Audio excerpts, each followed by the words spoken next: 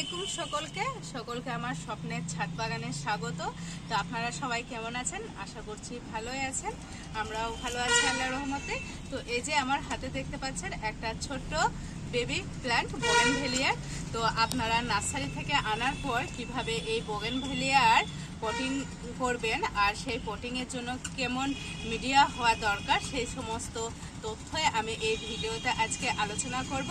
তো আমার হাতে দেখতে পাচ্ছেন এই সমস্ত যেই গাছগুলো দেখতে পাচ্ছেন এগুলো কিন্তু আমি অনলাইন থেকে অর্ডার করেছি। আর অনলাইন থেকে অর্ডার করার পর আমি কিছুদিন আমার ছাদ বাগানে রেখে দিয়েছিলাম যাতে ওয়েদারের সাথে গাছগুলো একটা সামঞ্জস্য তৈরি হয়ে যায়। তো সেই জন্য রেখে দিয়েছিলাম। তো আপনারা যারা অনলাইন থেকেই বলুন আর নার্সারি থেকেই বলুন, প্রথম যখন পটিং করবেন তো কিভাবে পটিং করবেন, পটিং করে কোথায় রাখবেন সেই সমস্ত তথ্য কিন্তু আমি ভিডিওতে তুলে ধরবো। আর সব থেকে গুরুত্বপূর্ণ হচ্ছে এই বেবি প্ল্যান্টের জন্য যে পটিং মিডিয়া, তো পটিং মিডিয়াটা কীরকম হওয়া উচিত সেটাও আমি এই ভিডিওতে আপনাদেরকে দেখাবো। তাই সকলের কাছে অনুরোধ রইল ভিডিওটি স্কিপ না করে প্রথম থেকে শেষ অবধি দেখার অনুরোধ রইল। তো চলুন আমি আপনাদেরকে দেখাচ্ছি। আর এই যে বেবি প্ল্যান্ট দেখতেই পাচ্ছেন যে এখনো অবধি এই ছোট্ট যেই গ্রো ব্যাগগুলো হয় সেই গ্রো ব্যাগেই কিন্তু রাখা আছে, এখনো কিন্তু আমি এগুলো চেঞ্জ করিনি। তো এবার চেঞ্জ করার পালা চলে এসেছে প্রথম পটিং করার। তো প্রথম পটিং আপনারা কত ইঞ্চি টবে করবেন সেটাও আপনাদেরকে দেখাচ্ছি। তো এই যে দেখতে পাচ্ছেন আমার এটা 10 ইঞ্চি টব আমি নিয়েছি, মাটির টব। তো এই 10 ইঞ্চি টবেই কিন্তু আমি প্রথম পটিং করব। আর প্রথম পটিংয়ের জন্য কীরকম মিডিয়া হওয়া দরকার মানে মাটি, আপনারা অবশ্যই এটা একটা গুরুত্বপূর্ণ তথ্য, তো সেটা জেনে রাখুন। তো আপনারা নেবেন বাগানের একেবারে ঝুরঝুরে মাটি। তো আমার যেহেতু দেখতে পাচ্ছেন এই ডিব্বাতে আমি অলরেডি মাটি তৈরি করে কিন্তু রেখেছি গাছ বসানোর জন্য। তো এই যে দেখতে পাচ্ছেন এখানে কিন্তু আমি যেহেতু আমার এই যে গাছগুলো দেখতে পাচ্ছেন আমার 9টা গাছ আছে বোগেনভেলিয়ার, 9 রকমের মানে আইটেম, মানে একটা আলাদা আলাদা। তো এই যে দেখতে পাচ্ছেন তার জন্য যে আমি মাটি তৈরি করেছি তাতে আছে আপনার বাগানের নর্মাল শুকনো ঝুরঝুরে মাটি আমি নিয়ে নিয়েছি 50%, আর আমি ভার্মি কম্পোস্ট নিয়ে নিয়েছি আপনার 40%, আর ভালোভাবে যাতে ড্রেনেজ হয় তার জন্য আমি নিয়ে নিয়েছি 10% মতো ধানের তুষ। আর এর সাথেই কিন্তু আমার হাড় গুঁড়ো, শিংকুচি, নিম খোল সমস্ত কিছুই মিক্সড আছে। তো আপনারা নিম খোলটা অবশ্যই মাটির সাথে মিক্স করবেন, কারণ নিম খোলের খুবই দরকার মাটির সাথে মিক্স হওয়ার, কারণ গাছের যাতে মাটিতে পোকামাকড়ের আক্রমণ বা আপনার পিঁপড়ের আক্রমণ না হয় সেই জন্য কিন্তু আপনারা নিম খোলটা অবশ্যই মাটির সাথে মিক্স করবেন। তো এই গেল আপনাদের প্রথম পটিংয়ের জন্য যে মিডিয়া, সেটা কিন্তু আমি আপনাদেরকে বলেই দিলাম।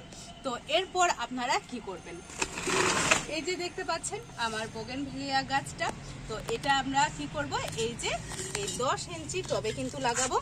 আর টবে আপনাদেরকে খেয়াল রাখতে হবে যাতে যেন এই যে ড্রেনেজ সিস্টেমটা যেন ভালো থাকে। যদি আপনার ড্রেনেজ সিস্টেম ভালো থাকে তাহলে কিন্তু এই যে দেখতে পাচ্ছেন ছিদ্র দিয়ে খুবই ভালোভাবে কিন্তু যে জল দিবেন তখন কিন্তু ড্রেন আউট হয়ে যাবে। আর ড্রেন আউট হলে কিন্তু আপনার গাছে মানে টবে জল জমে থাকবে না, খুবই ভালো হবে। সেই জন্য আপনারা খেয়াল করবেন যেন ড্রেনেজ সিস্টেমটা ভালো থাকে। তো এবার আমি কি করব, এই বোগেনভেলিয়া গাছটাকে আমি কিন্তু এই টবে প্রতিস্থাপন করব। তো আমি কিভাবে প্রতিস্থাপন করছি আপনারা একটু দেখুন। তো এই যে এবার আমাকে এই ক্যারি ব্যাগটাকে কেটে দিতে হবে। তো আমি একটা ব্লেড নিয়েছি, ব্লেডের সাহায্যে আমি কিন্তু এই ক্যারি ব্যাগটা কেটে নেব।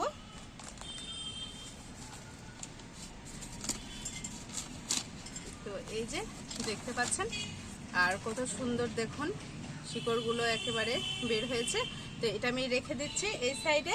তো এই যে ড্রেনেজ সিস্টেম আছে, ড্রেনেজ সিস্টেমে আপনারা কিন্তু একেবারেই মাটি দিয়ে দেবেন না।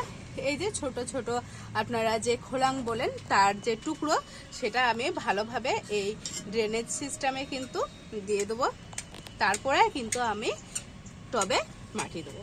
তো এই যে আপনারা দেখুন আমার কিন্তু এটা দেয়া কমপ্লিট। এবার কিন্তু আমি মাটি দেবো টবে। তো আমি যেইভাবে বললাম যে কিভাবে মাটি তৈরি করবেন আপনারা সেম এই প্রসেসে মাটি তৈরি করতে পারেন।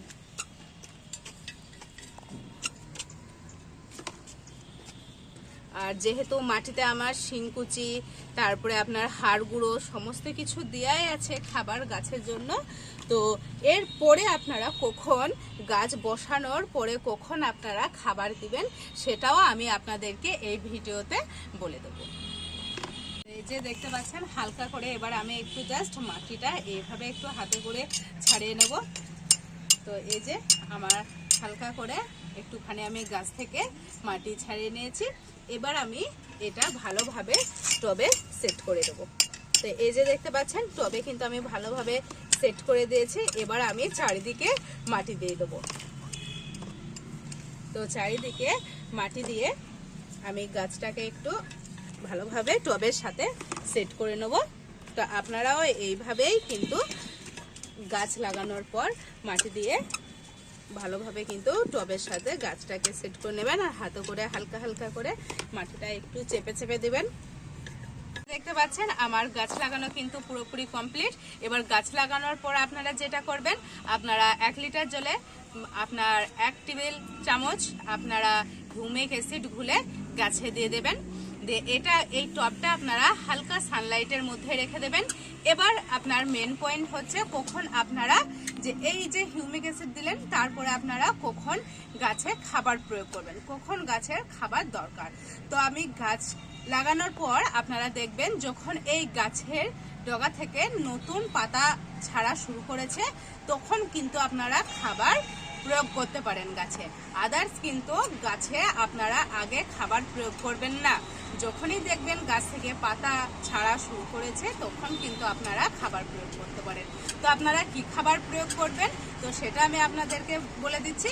এই যে আমার হাতে দেখতে পাচ্ছেন NPK 20-20-20, আর এই যে একটা দেখতে পাচ্ছেন NPK 12-61-0। তো এই যে দেখতে পাচ্ছেন এই দুটো হচ্ছে একটা ব্যালেন্স খাবার। তো আপনারা গাছে পাতা ছড়ার পর আপনারা এই খাবার প্রয়োগ করতে পারেন। তো এই যে NPK 20-20-20 এটা আপনারা 2 লিটার জলে 2 গ্রাম মতো ঘুলে মিক্স করে আপনারা গাছের মানে পুরো গাছটাতে স্প্রে করবেন।